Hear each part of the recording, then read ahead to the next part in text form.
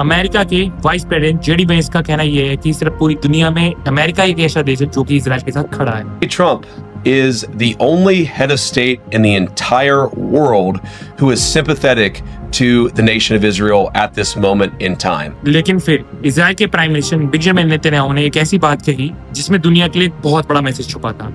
Well, I respect J.D. Vance. We have a very good relationship, but doesn't mean that I agree with everything that he says. And I have to point out this: Donald Trump is the greatest friend we ever had in the White House, and I stand by that completely.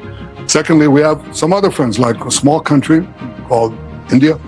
You know, it has 1.4 billion people, and boy, do we have a tremendous support there.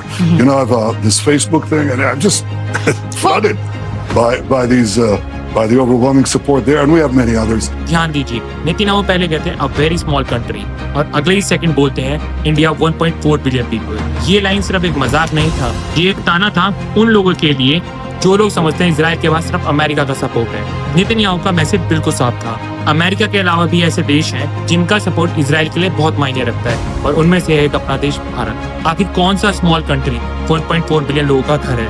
कौन सा small country दुनिया की सबसे तेजी से बढ़ती हुई economic में से एक है? कौन सा स्मॉल कंट्री G20 को लीड करता है और ग्लोबल डिप्लोमेसी में अपनी एक अलग पहचान बना चुका है? जवाब है भारत। भारत कोई छोटा देश नहीं बल्कि आज की दुनिया की बढ़ती और उभरती हुई शक्ति में से एक है। अमेरिका इजराइल का सबसे बड़ा एलाय जरूर है, आज दुनिया बदल रही है, लेकिन नेतन्याहू की बात एक सर जरूर दिखाती है। अब ग्लोबल पॉलिटिक्स सिर्फ एक देश के आसपास नहीं घूमती। 1.4 बिलियन लोगों का भारत आज इतना इंपॉर्टेंट हो चुका है कि इजराइल के प्राइम मिनिस्टर खुद दुनिया के सामने आकर उसके सपोर्ट की तारीफ करते हैं और शायद इसीलिए ओनली अमेरिका नैरेटिव के बीच नेतन्याहू ने दुनिया को याद दिलाया है इजराइल के दोस्त सिर्फ वॉशिंगटन में नहीं, न्यू दिल्ली में भी बैठते हैं। आपको क्या लगता है, क्या ये भारत की बढ़ती हुई ग्लोबल पावर का एक सिग्नल है? कमेंट करके अपनी राय जरूर बताएं।